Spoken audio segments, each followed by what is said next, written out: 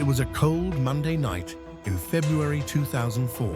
A young woman crashes her car on a lonely mountain road in New Hampshire and vanishes without a trace. No goodbye, no phone call, just silence. Maura Murray was a 21-year-old nursing student at the University of Massachusetts Amherst. Bright, athletic, and driven, a former West Point cadet, a star athlete, a loving daughter. But beneath the surface, something wasn't right. On February 5th, Maura broke down during her campus security job. When her supervisor approached her, she was frozen, staring at her computer screen. All she could say was, "My sister."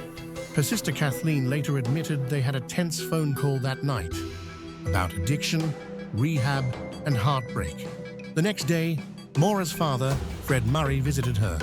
They went car shopping and had dinner. That night, Maura took his Toyota to buy alcohol. She crashed it on the way back. No charges were filed. The next day, Fred went home. And Maura, she began making plans to leave. On Monday, February 9th, Maura emailed her professors claiming there had been a death in the family and she'd be gone for a week. But there had been no death. She emptied her bank account, $280, and purchased wine, vodka, and Baileys. She also printed MapQuest directions to cabins in Vermont. She then packed her dorm room into boxes, removed art from the walls, and left a note for her boyfriend. "I love you more than anyone." At around 7:27 p.m., a resident of Haverhill, New Hampshire, called 911. A black Saturn had crashed into a snowbank on Route 112. A local school bus driver stopped. Maura told him she was fine and had already called AAA, but she hadn't. When police arrived, just 7 minutes later, Maura was gone. Inside the car were signs of a crash: cracked windshield, spilled wine, and a rag stuffed into the tailpipe. Her belongings were there, but Maura had simply vanished. There were no footprints leading away, no signs of struggle, no blood, nothing. Just an abandoned car and a haunting silence. To this day, no one knows what happened to Maura Murray.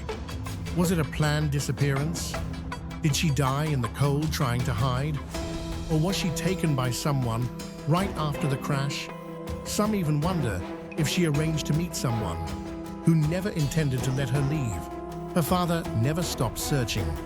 Online communities grew. Podcasts like Missing Maura Murray brought new attention. In 2021, a nearby property was searched using ground-penetrating radar. But again, nothing. 20 years later, the mystery remains unsolved. A smart young woman, a snow-covered road, a moment of confusion, and then nothing. Where did Maura Murray go that night? Was it a cry for help or a final escape?